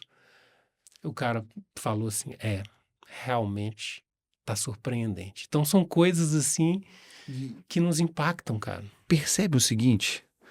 Olha que interessante. Você pegou esse trabalho. Vou pegar esse exemplo, que talvez seja um exemplo mais interessante. Você já reparou que todas as vezes, quando você entrega um trabalho, e esse trabalho tem alguma participação menor, maior ou total de uma inteligência artificial, o receptor daquele trabalho pergunta, quase como uma ofensa, mas isso aqui foi feito por inteligência artificial. Como se, olha que interessante, como se o trabalho feito por alguma inteligência artificial fosse menor. Como se o meio fosse Primeira questão. mais importante que o fim ali, né? Primeira questão. Segunda questão. Ele está partindo do pressuposto, Bruno, que você não revisou aquele trabalho. Primeiro que é um trabalho menor. Pô, mas eu estou te pagando algo que a inteligência artificial realizou. Segundo, esse trabalho não passou pelo seu crivo. E a terceira e mais importante pergunta. Ok, mas esse trabalho te atende? Foi o que você queria? Porque a resposta pode ser sim. Exatamente. E olha que interessante. Você me pede algo. Vamos refletir. Aqui é uma questão até para... Vamos pegar a questão da inteligência artificial, porque eu acho que ela merece uma... Quase filosófica. Você me pede algo. Eu entendo o que você quer. Eu te entrego no tempo e da maneira correta que você me pediu. E você questiona o meu trabalho. É quase como aquela história, aquela analogia que a gente escuta, sempre todas as pessoas se repetem no seguinte aspecto: aquele sujeito que tinha uma máquina que ninguém conseguia consertar, ele chega lá com alguma ferramenta, mexe algum botão, a máquina volta a funcionar e ele cobra uma fortuna por aquele trabalho. E o cara fala, mas você demorou só 5 minutos para fazer o trabalho, como é que você me cobra uma coisa dessa? Eu te entreguei o resultado. E aí ele tem aquela resposta clássica, né? Mas eu demorei 10 anos para saber onde é que eu ia fazer. Ou você me pediu algo, eu te entreguei no tempo recorde, você está me penalizando porque eu fui eficiente. Enfim, são questionamentos extremamente interessantes, porque é algo que está acontecendo com muita frequência, do tipo, mas isso aqui foi um trabalho feito por inteligência artificial. Cara, e como o Flávio disse, isso abre muitas oportunidades, né? Se é feito em 5 minutos, a partir de um conhecimento de 30 anos, cara, você abre oportunidade para cauda longa, às vezes, né? Com certeza. Eu vejo, assim, inúmeras oportunidades, e aí falando dessa nossa interseção, né, de área financeira com a área jurídica. Uhum. Claro que se a gente tem mais agilidade e eficiência para produzir os conteúdos, obviamente com consistência, né, com crítica, ninguém vai ser louco de fazer puramente com IA, mas com consistência, a gente tem mais tempo, e eu acho que esse tempo nos permite, às vezes, dedicar mais ao relacionamento com o próprio cliente. Acho que isso é um ponto que pode ser muito positivo. E, especificamente na nossa interseção, eu acho que assim, o fato da gente conseguir fazer isso com mais precisão e agilidade, e aí eu digo o valuation e todo o trabalho, né, do advisor financeiro, quando a gente está falando de operações de M&A, eu acho que cria muitas oportunidades que às vezes nós não conseguiríamos explorar sozinhos, mas que também o nosso parceiro, né, o nosso par jurídico também não conseguiria fazer. Então eu estou vendo assim, a possibilidade da gente que conhece profundamente os clientes, tem todo o histórico do cliente, tem todo o entendimento do cliente, sabe as vulnerabilidades, sabe aonde buscar elevar a governança, corrigir os riscos, né, de tornar essas empresas mais palatáveis para uma venda, não só porque você tem um valuation e sabe quanto vale aquele negócio, mas porque você conhece aquele negócio profundamente, sabe dar uma orientação para corrigir as vulnerabilidades, e isso é um trabalho que precisa ser feito em conjunto. Então eu vejo muita oportunidade, porque assim, o Brasil, assim, você sabe o valor de uma empresa que tem capital aberto. Se ela é uma empresa de capital fechado, você não sabe. E muitas pessoas dedicam a vida inteira, né, Alexandre, àquele negócio. E se não souber direcionar isso de maneira adequada, pode ser que vai perder. Então eu vejo uma grande oportunidade nesse momento. A tecnologia torna esses processos mais ágeis e baratos, mais acessíveis para empresas. Se você estiver falando de empresas de 10 a 200 milhões de faturamento, que às vezes não tinham um trabalho dessa natureza acessível, isso hoje vai ser muito mais acessível. Não tem a menor dúvida. E eu acho que essa é uma questão, assim, vital. E aí eu vou pegar aquele exemplo, volto na auditoria para pensar. Quantas vezes você pegou o balanço, o cara falou, olha, mas eu preciso conferir, né, o volume de nota fiscal de venda, nota fiscal de entrada, aí você fala, tá, vem cá comigo. O cara te levava numa sala com caixas e caixas e caixas e caixas com aquele papel fino que você ia mexendo, tinha até bicho às vezes na caixa, né? Então você vai analisar, você vai falar assim, meu Deus do céu, isso eu vou demorar aqui 1 ano para analisar cada um dos documentos. E aí, com problemas dos mais diversos, dificuldade de leitura do documento, cansaço, porque às vezes você está fazendo aquela atividade maçante, você começa com um determinado ritmo e termina com outro ritmo. Então, sim, são questões que existiam antes que não existem mais. E aí, é isso. Eu acho que é isso. Olha, você pegava um sujeito, 1 ou 2 ou 3, para analisar um volume de informações que dependia, às vezes, de um trabalho físico e mental, às vezes mais físico até do que mental, isso implicava num custo absurdo, né? Você tinha aí um custo de homem-hora gigantesco para fazer essas análises como um todo. Agora você tem tudo de maneira eletrônica. E agora você tem ainda um terceiro, um novo ator que consegue fazer essa leitura de uma maneira muito mais rápida. Então, é exatamente isso. É uma mudança de perspectiva gigantesca. Perspectiva e paradigma em relação ao serviço, né? Que você tinha anteriormente que custavam uma fortuna, e deveriam custar mesmo, porque implicavam num volume expressivo de mão de obra, numa necessidade de uma mão de obra qualificada, numa necessidade, inclusive, de uma revisão daquele conteúdo. Então, era um trabalho que era feito, refeito e, às vezes, criticado. E aí, é interessante a gente voltar para onde a gente estava conversando, que era isso. Poxa, era um trabalho que era demorado, era um trabalho que apresentava, às vezes, uma crítica em relação a determinada situação, era um trabalho que apresentava, às vezes, problemas, sim, de falhas. Alguma coisa passou batido naquela determinada situação e hoje você tem essa mudança, né? Nós estamos falando da Monitor, que é exatamente isso. Olha, eu consigo analisar aquele volume de dados, aquele volume de informações com uma assertividade muito maior do que se analisava um tempo atrás. E mais importante, não só com assertividade, mas com uma qualidade técnica da análise superior à que era feita anteriormente. Isso tem que se falar. E eu falei que era o mais importante, mas o terceiro e mais importante, né?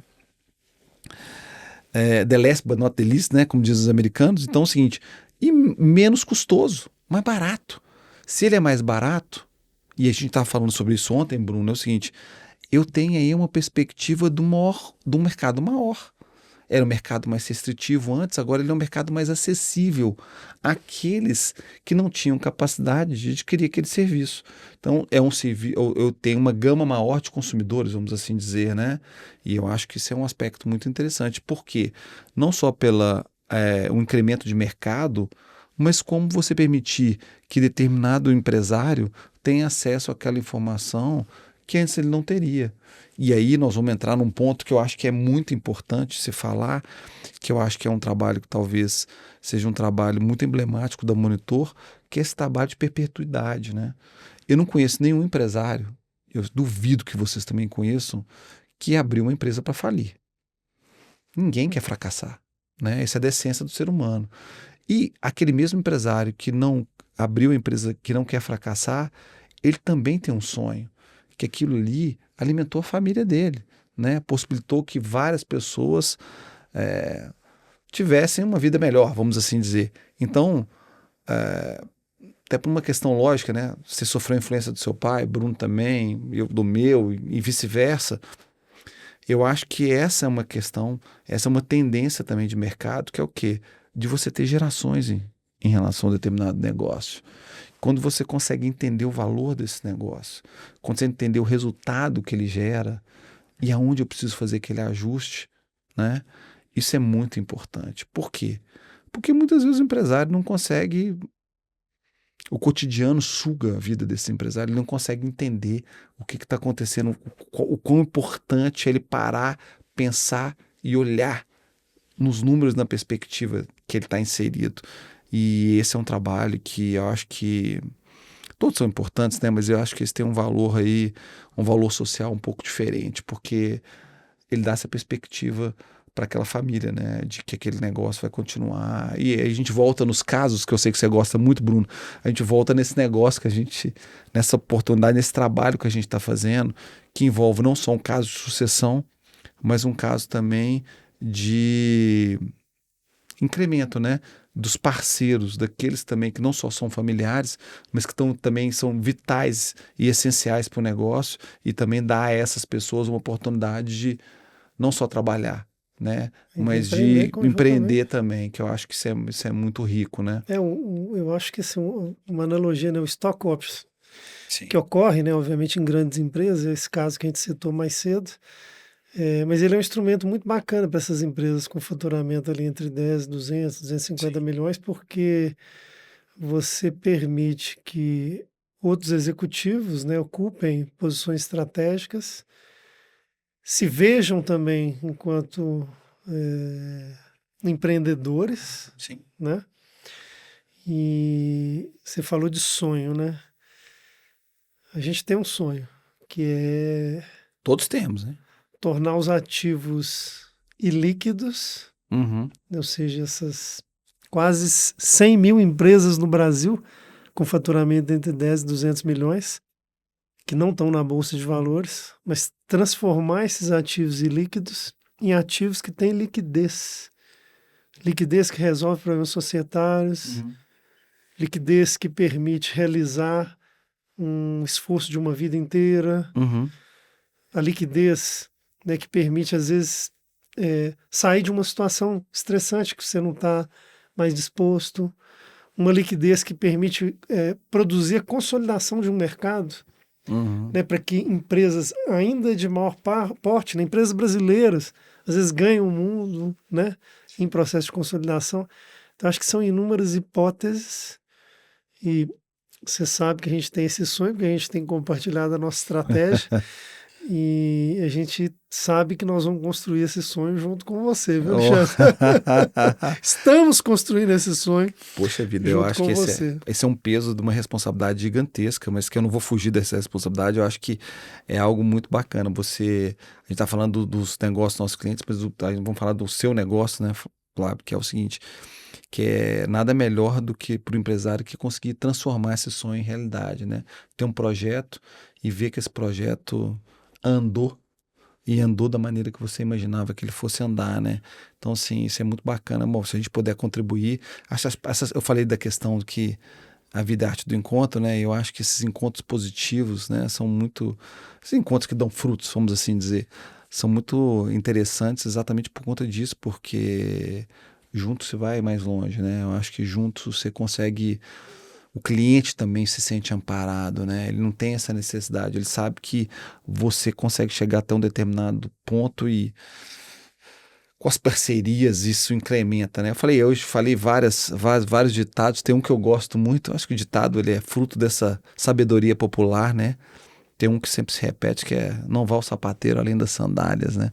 Eu acho que você saber até onde você pode caminhar, que é o seu business, que é o que você sabe fazer, e trazer o parceiro para essa atividade e essa parceria ser uma parceria que um mais um dá mais que dois, eu acho que isso é muito positivo, isso é muito legal. E eu acho que é o que a gente está construindo aí juntos, né? Cara, e assim, eu vivo trazendo coisas aqui para a mesa, né? Eu comecei lá no início da nossa atuação, né? A gente sempre teve muito envolvido em modelagem de negócios e eu conduzia grupos de discussão, você lembra disso? Lembro bem, Bruno. Inúmeros. Inúmeros de desenvolvimento de produtos das mais diferentes naturezas. Então, conversava com as pessoas, então eu adoro ficar aqui nessa posição de mediador e participando, às vezes, da discussão também. E olhando a estrutura dos podcasts, essa seria uma ótima hora para chamar um patrocinador, viu? Que alguém quiser patrocinar o nosso podcast, fica aberto espaço. E a gente está aqui, né, com o nosso grande amigo Alexandre. A gente já conversou hoje um pouco sobre parceria, a gente contou alguns casos, começamos a falar de assuntos apimentados, agora eu quero trazer mais um. Vamos embora. Nós acabamos de fazer... Acabamos não, né? Foi no final do ano passado. Nós fizemos um evento em conjunto. Verdade. Um evento muito bacana, cheio de empresários, né? Clientes nossos, clientes seus, pessoas que nos acompanham já há algum tempo. E a temática não poderia deixar de ser a famigerada reforma tributária. Então eu queria trazer para a mesa aqui para a gente discutir isso um pouquinho, né? As percepções do lado jurídico e as percepções, né, das modelagens financeiras e dos impactos no valuation, que tudo que vem por aí, né? Essas mudanças todas, um cronograma, complicações que potencialmente vão acontecer. Como é que é a visão de vocês? Sempre o nosso convidado, né? A bola sempre começa comigo, né?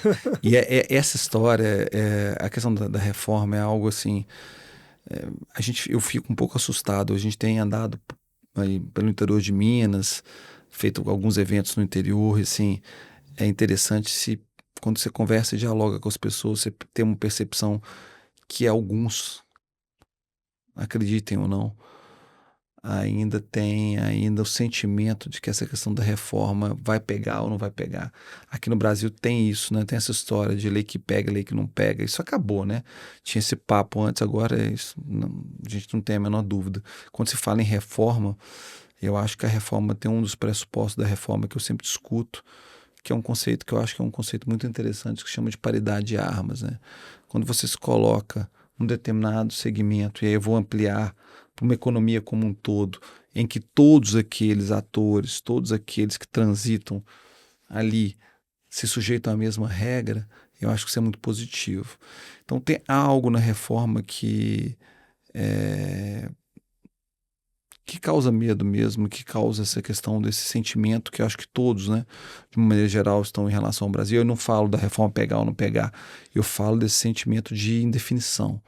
E indefinição não pela legislação, mas indefinição em saber se como eu agora altero o meu negócio, como agora eu compreendo o meu negócio para essa nova realidade. Isso é algo muito próprio nosso, né? Igual o técnico está falando de futebol, a gente estava brincando ontem, teve uma troca de técnicos aí, e aí os analistas lembrando, pensando que, poxa, a vida do técnico é curta, né? Tirando lá o técnico do Palmeiras, os outros têm uma vida curta aqui no Brasil, então média de 1 ano. E a gente tem isso também em relação à legislação, né? Às vezes a gente começa, reforma foi um pouco disso, a gente começa a ter um sentimento que assim, poxa, agora eu domino esse assunto. E aí vem uma nova legislação e altera algum determinado conceito. Vem a legislação e complementa aquela determinada situação, criando outros aspectos que devem ser considerados. A reforma é um pouco isso, tá? A reforma é um processo que está em curso, e aí você tem por completo uma mudança no sistema tributário de uma maneira geral, uma mudança dos pressupostos, e aí é natural, né, que as coisas vão acontecendo de maneira homeopática. E respondendo a sua pergunta, Bruno, eu acho que é isso. Você pensa bem, é uma realidade. Eu gosto de alguns dados objetivos que a gente tem que trabalhar. Quando você fala em reforma, nós temos que pensar que nós vamos ter um sistema tributário que é muito pouco palatável para o empresário como maneira geral. O empresário tem dificuldade. Aquele que é contribuinte do ICMS, ele fala assim, poxa, mas ele não consegue entender a legislação. Nós, operadores do direito, temos que também ter autocrítica para dizer, poxa, você não domina 100% daquela situação. Se você pegar aí um tributarista que trabalha só com ICMS, ele não pode dizer que ele conhece o ICMS como um todo. Seja porque essa é uma legislação estadual que altera em relação a cada estado, seja porque ela é mutante. Então, ele pode dizer que conhece siderurgia, mas talvez ele não conheça do varejo. Ele pode dizer que ele conheça de construção civil em determinada situação, mas não conhece do Simples Nacional. E aí, são esses assuntos que tornam a questão da reforma ainda um assunto mais delicado. Algo que a gente deva até fazer, levantar a bola para você, para a gente até fazer um evento aqui, um podcast só para tratar disso, porque eu acho que merece. E aí, por quê? Nós temos esse sistema tributário que apresenta todas essas dificuldades e nós temos o novo, que é novo, que por si só já gera insegurança. E nós vamos conviver durante um bom tempo com os dois. Ou seja, com o que é complicado e com o que é novo. Isso gera ainda mais esse sentimento de insegurança, né? E aí, entrando no que você me perguntou, respondendo assim diretamente a sua questão, nós temos aí uma mudança por completo dos padrões, né? Do que como se vai se apurar aquelas determinadas operações. Assim, de uma maneira geral, nós tínhamos uma extinção do CMS, extinção do ISS, e eu vou aqui usar um termo muito pouco técnico, mas eu acho que é pragmático e tem que ser utilizado. É uma extinção do IPI também, que em termos práticos fica restrito a determinadas operações. Nós temos a extinção da contribuição ao PIS, a extinção da contribuição ao COFINS, para a criação do IBS, que é o Imposto sobre Bens e Serviços, e da irmã gêmea do IBS, que é a Contribuição sobre Bens e Serviços. Com uma mudança radical, até porque a legislação também parte do pressuposto que nós aqui no Brasil, Bruno, somos líderes mundiais em termos de transações financeiras. E de fato somos. Né? O que se pratica no Brasil em termos de meios de pagamento, PIX, etc., um sistema bancário que você tem aí uma determinada concentração, mas com muitos entrantes, com muitos partícipes, com muitos atores que ainda tem uma certa diluição e com muito espaço para que novas companhias apresentem soluções de mercado, é algo que que gera para o empresário esse sentimento. Por quê? Porque a reforma parte do pressuposto que esse mercado, que esse sistema financeiro vai contribuir com a reforma. Em que aspecto? No aspecto que algo que é a pedra, vamos falar assim, que é a pedra de fundação da reforma, que é um sistema que chama Split Payment, que é um termo em inglês que foi incorporado à legislação, que determina que, numa tradução literal seria pagamento fracionado, que determina que o governo receba o tributo antes daquela determinada operação. Isso causa um pânico no empresário de uma maneira geral, né? Que vai pensar o seguinte, poxa vida, aquele fluxo de caixa que eu tinha de pagar com o D mais 30 acabou na minha vida, né? Aquela possibilidade que eu tinha de, poxa, tá apertado esse mês aqui, hoje eu não pago, não tenho mais. E aí isso implica em quê? Mudança de mercado, reprecificação, adaptação de sistema, cadastro de fornecedores, enfim, universo gigantesco que gera essa... Você está falando de pimenta? Poxa, nós não podemos dizer que é além da pimenta. Eu acho que gera para o sujeito uma sensação até de uma tortura, né? É a maior pimenta da atualidade. Que eu acho que muda assim. Ele muda por completo essa história como um todo. E aí a gente coloca uma cereja, mais um tempero aí nessa história como um todo, que é o cenário político. Por quê? Porque a gente tem a esperança de um lado que, com o caso saia vencedor nessa história, a gente tem uma mudança também em relação a tudo isso. Qual mudança? Não sei. Como vai acontecer? Tenho dúvidas também. Mas gera esse sentimento total de insegurança que a gente tem aqui no Brasil hoje, que é o quê? A gente tem agora esse novo cenário político de dois lados, né? O lado de lá e o lado de cá. E aí você julga qual que é o lado de cá e o lado de lá, que pensam de maneira antagônica, né? Em determinadas várias questões de maneira antagônica. Então, nós temos um cenário de reforma, nós temos um cenário de uma divisão política. Tudo isso gera nas pessoas esse sentimento, né? Que um governo quer destruir o empresário, o outro quer ajudar o empresário. E as pessoas se valem desse aspecto para ter uma promoção política em relação a tudo isso, né? Com certeza. Então, respondendo a sua pimenta, vamos assim dizer, eu acho que a reforma ela gera esse impacto de uma mudança de modelo de negócio, ok? Eu trabalhei durante tanto tempo com aquele modelo, rodo naquele modelo, precifico naquele modelo, coloco minha margem naquele determinado modelo, isso muda por completo. Muda por completo o modelo de negócio e muda por completo o fluxo de pagamento, porque afinal de contas, se isso vai rodar, se é B2B, B2C, como é que vai ser implementado isso, mas se for implementado para todos, como eu acho que é a proposta ao final desse período para todos, mesmo a maneira que está aí, eu acho que isso muda a regra do jogo de uma maneira muito impactante. Não tem outra palavra para se definir. Eu acho que é impactante mesmo em relação a tudo isso. E aí eu não estou aqui fazendo nenhum juízo de valor sobre a reforma, até porque eu sou entusiasta. Mas eu acho que, de fato, há uma necessidade gigantesca da população, do empresário como um todo, de compreender aonde isso afeta, aonde isso dói no dia a dia. Eu concordo, eu acho que é interessante. Eu queria até fazer uma conexão da reforma, Bruno, com um problema que eu acho gravíssimo no Brasil. Se a gente for analisar o orçamento hoje no Brasil, 20%, pouco menos de 20% do orçamento, de todo o orçamento, que é em torno de 6 bilhões, pouco mais, é pagamento de juros. Uhum. 6 trilhões, tem 3 zeros a mais. E mais ou menos 1 trilhão, né, em torno de 1 trilhão é que nós pagamos de juros. E tem muitos motivos para a gente pagar uns juros tão elevados. Dentre eles, eu diria que o contexto nosso de segurança jurídica, de facilidade de se fazer negócio no Brasil, é um dos fatores. E aí eu pessoalmente acredito que a reforma tributária ela é muito benéfica nesse sentido. Claro que, como o Alexandre falou, não no curto prazo. Né? Talvez no curto prazo nós vamos ter um sistema mais complexo porque você convive com o antigo e com o novo. Mas à medida que esse sistema se concluir, acho que nas diretrizes nas quais ele foi idealizado, eu acho que simplifica. E isso pode ser benéfico, eu acho, para a gente reduzir, né, esse contexto de taxa de juros tão elevada, que é influenciado por diversos fatores, inclusive a conduta do governo, né? Mas são aspectos que eu acho que podem contribuir muito, e a gente sabe que se tem taxa de juros menor, as empresas valem muito mais. Não tem a menor dúvida. Então, o impacto Você valuation. tocou num aspecto aí que eu acho que é importantíssimo para que todos aqueles que estão nos escutando tenham uma dimensão de como isso impacta o dia a dia, como isso impacta o valor da empresa. Vamos pegar um exemplo. Olha, lá atrás, quando eu formei, tinha uma discussão muito interessante que era o seguinte, não sei se vocês se lembram disso, inclusive as auditorias se beneficiaram disso. Você tinha ali uma isenção da COFINS, da contribuição COFINS para sociedades civis. Né? Isso estava pacificado, né? Você tinha lá então, as auditorias, a sociedade de advogados, etc., aquelas que tinham uma determinada natureza jurídica. E aí você tinha um julgamento pelo Superior Tribunal de Justiça que garantia isso.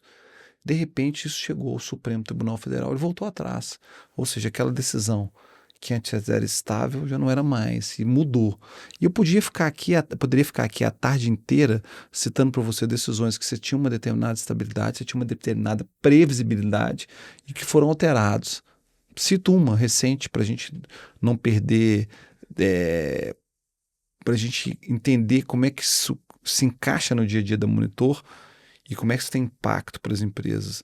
Tinha determinadas empresas, quando se criou a contribuição social sobre o lucro líquido, a CSLL, você tinha CSSL. Você tinha tanta sigla, né, que você vai acabando confundindo. Tá igual o nome do escritório, que às vezes as pessoas confundem. E você tinha determinadas empresas, e eu poderia citar uma aqui de Minas Gerais, que você conhece, depois em off, aqui eu te cito, que tinha uma decisão judicial garantindo a ela o direito de não recolher, ok? E foi autuada, teve decisões judiciais, se manteve essa decisão anterior, que transitou em julgado, ou seja, não cabia mais recurso, que garantia a ela o direito de não recolher esse tributo, essa contribuição.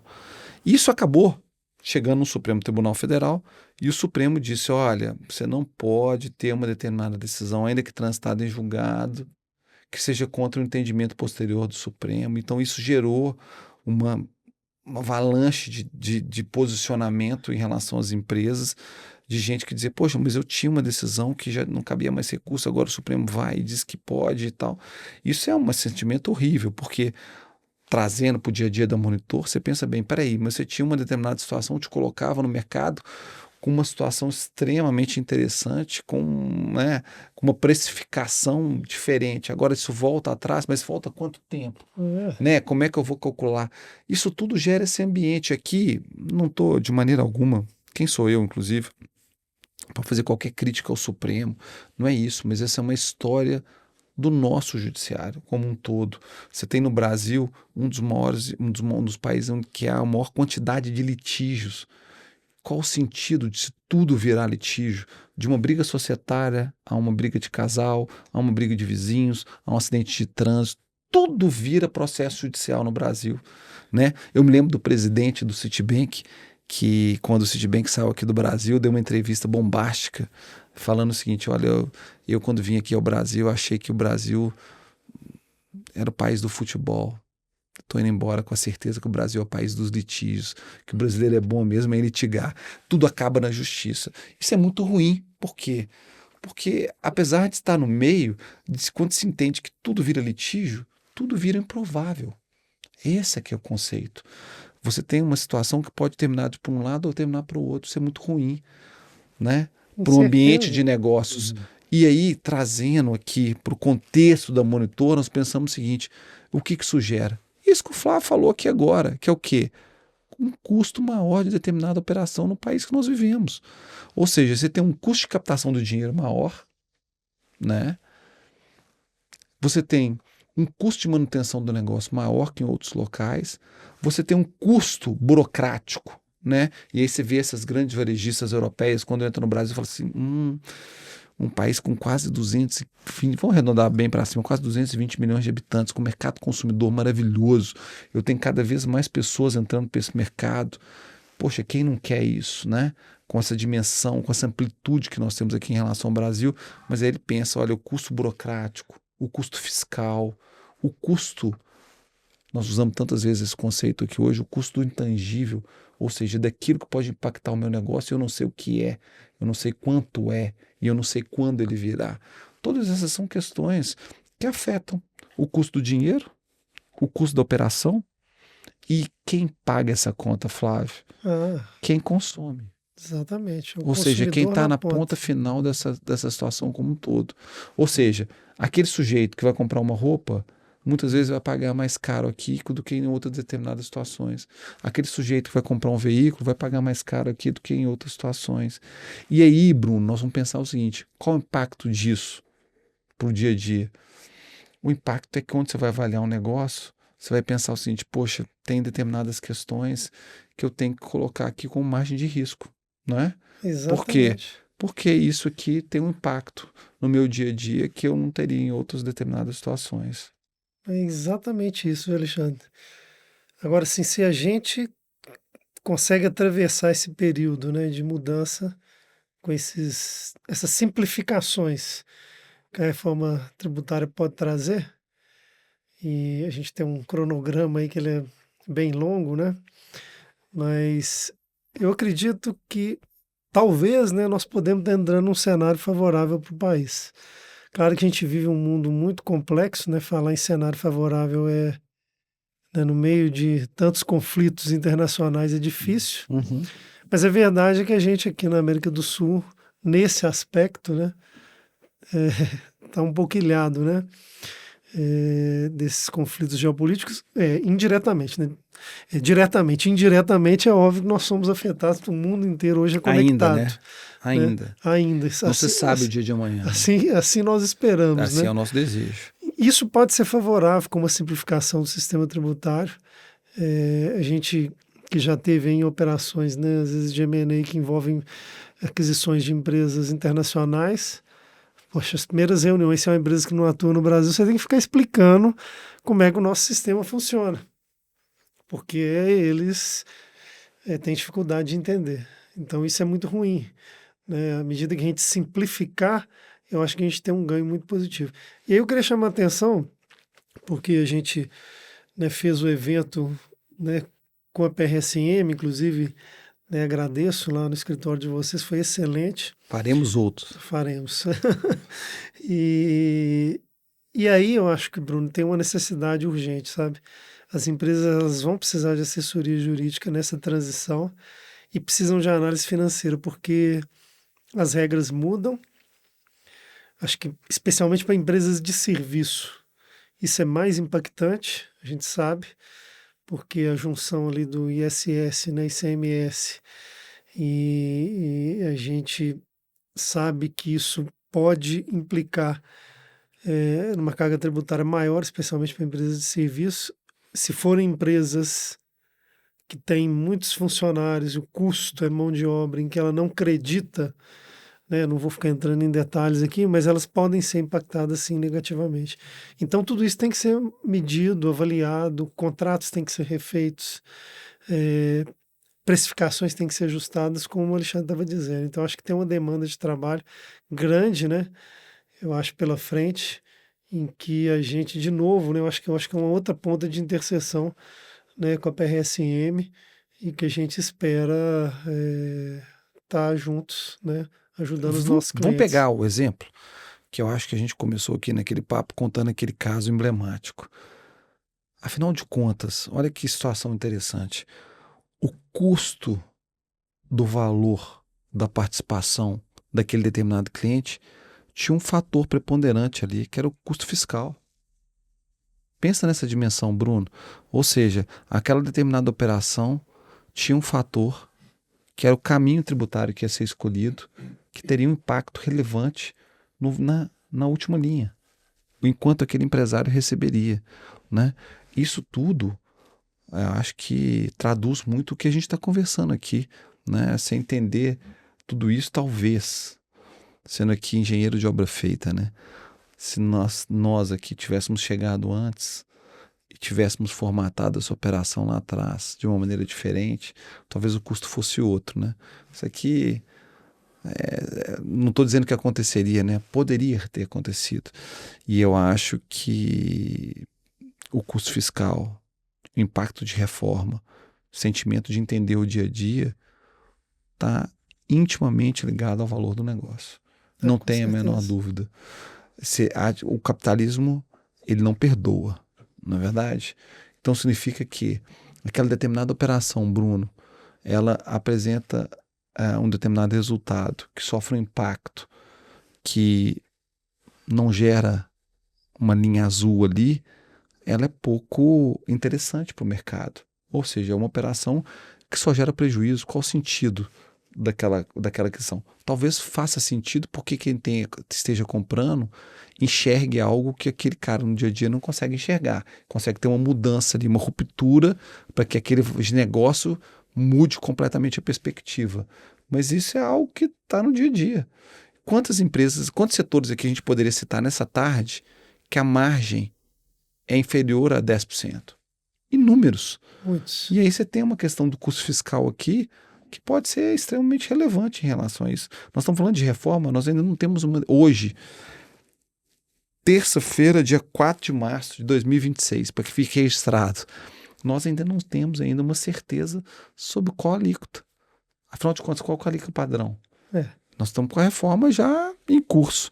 São situações que dizem muito sobre nós mesmos, né? Dizem muito sobre o país que a gente também está aqui. E aí volto a dizer, aqui não é uma crítica ao Brasil, aqui não está se jogando pedra em relação ao país que a gente vive e faz negócio, mas é uma realidade que a gente também não pode ter, né, uma filosofia de avestruz, né? Achar que isso não acontece aqui do nosso lado. Essa é uma realidade nua e crua. Isso é uma questão de incerteza, que é uma questão de mudança completa de paradigma e de mudança de definição, que é algo que nós vamos ter que conviver. E aí, vou levantar a bola para vocês dois para a gente pensar o seguinte: vocês, e eu acho que todos nós já vemos, crise da Rússia, crise da Índia, crise de sei lá mais o que, da Coreia, né? Vamos falar assim. Esse é um cenário, né, de quem está no mercado que vai ter que viver também, que é um cenário de que, ainda que a gente tenha uma determinada estabilidade, é um cenário de incerteza. Sim. A certeza que o empresário tem é que ele não vai ter uma trajetória linear. E eu acho que essas oscilações, elas perpassam muito sobre essa mudança também da legislação, né? Sobre essa instabilidade de um cenário que a gente tem, que hoje a gente vive uma realidade, amanhã é outra realidade. E essa realidade não é só do negócio em si, não é só do mercado consumidor, é também de nós, operadores do direito, que geramos essas mudanças, essas necessidades de alterações, de mudanças de rumo tão radicais que o empresário tem que dar um pinote para se adaptar em relação a tudo isso. Qual a consequência prática de todo esse cenário, de tudo que nós estamos conversando aqui? Isso não tenha dúvida que isso impacta o valor de determinado negócio. Com Então, se você certeza. tem um empresário norueguês que vem aqui fazer uma determinada operação no Brasil, muitas vezes ele não consegue entender, poxa, mas como é que muda tanto aqui as questões? Lá ele deve ter, imagino, né? Eu não sou um profundo conhecedor da legislação norueguesa, mas eu imagino que lá eles não tenham esse cenário de incerteza de mudanças tão radicais como nós temos aqui no dia a dia. Eu acho que tudo isso é verdade e a gente tem que ter uma atenção enorme agora, que eu acho que tem um aspecto que ele é radical, que você falou, né? O capitalismo ele não aceita, vamos dizer, desaforos, né? Sim. Só que a gente vive um contexto agora que é o seguinte: nós tivemos primeiro a implementação do Pix, excepcional sistema de pagamento, né? Acho que Uhum. ninguém aqui tem nada a dizer de negativo, uma flexibilidade, pagamento instantâneo. E o que tem ocorrido é que a maior parte das transações elas são feitas, né, digitalmente. A gente tem hoje muita tecnologia na Receita Federal. Sim. Então eu vejo assim que determinadas práticas de gestão contábeis que as empresas utilizavam 10 anos atrás, 15 anos atrás, elas hoje não cabem mais.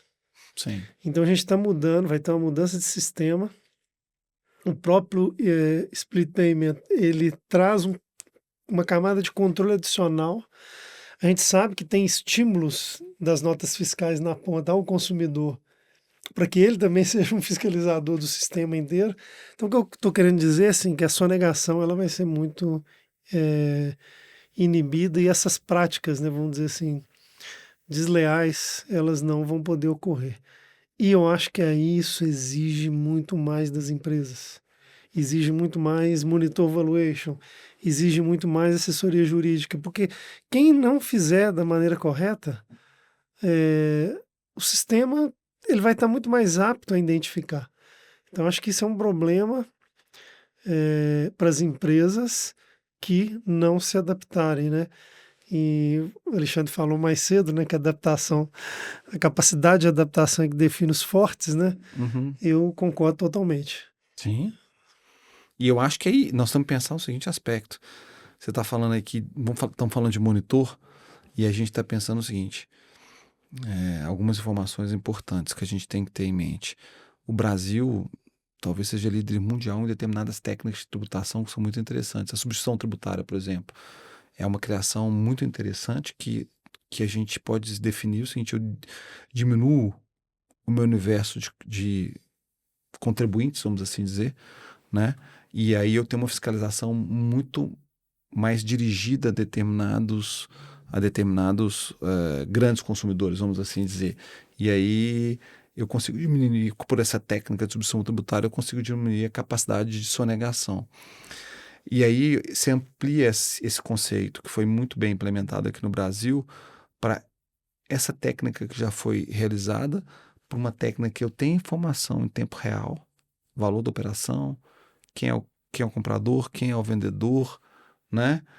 E aí essas informações valem muito, não só para o fisco, mas para aquele meio de pagamento está processando essas informações. Eu consigo ter o faturamento em tempo real, eu consigo saber a capacidade de compra, muitas vezes eu consigo saber até a margem. E agora você imagina tudo isso, Bruno, pegando o gancho da inteligência artificial. Você imagina tudo isso, e aí eu pego o lado da inteligência artificial para dizer o seguinte: pô, muitas vezes aquele determinado contribuinte era beneficiado pela incapacidade da fiscalização de ter uma determinada atuação. Quando eu consigo, e aí sim eu acho que é um incremento gigantesco, ter as informações e tem alguém, leia-se, né, alguma IA que consiga processar e me dar essas informações, isso muda por completo a regra do jogo. O que eu estou dizendo para vocês é o quê?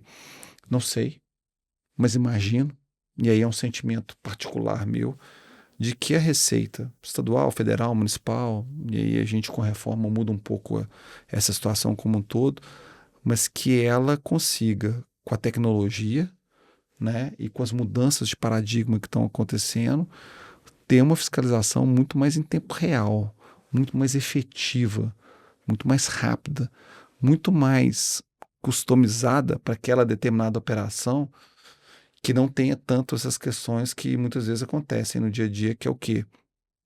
Muitas vezes aquela fiscalização às vezes difere da realidade do sujeito. E aí isso gera um contencioso, que gera uma discussão, e gera uma anulação, enfim, gera tudo isso que vocês conhecem tão bem quanto eu. E eu acho que ter isso em tempo real muda por completo, aí eu estou sendo até repetitivo em relação a isso, muda por completo os atores da economia. E quando muda os atores da economia, se tem essa paridade de armas, tem essa eficiência em relação a tudo isso, muda-se o valor do negócio. E aí muda também, né, altera-se também a perspectiva que tem a Monitor em relação aos clientes, né? Com certeza. Eu acho que você vê nas nossas modelagens, né, a gente já adaptou tudo, incluindo IBS, CBS, e estamos aí preparados, né, para esse período de transição que nós vamos viver.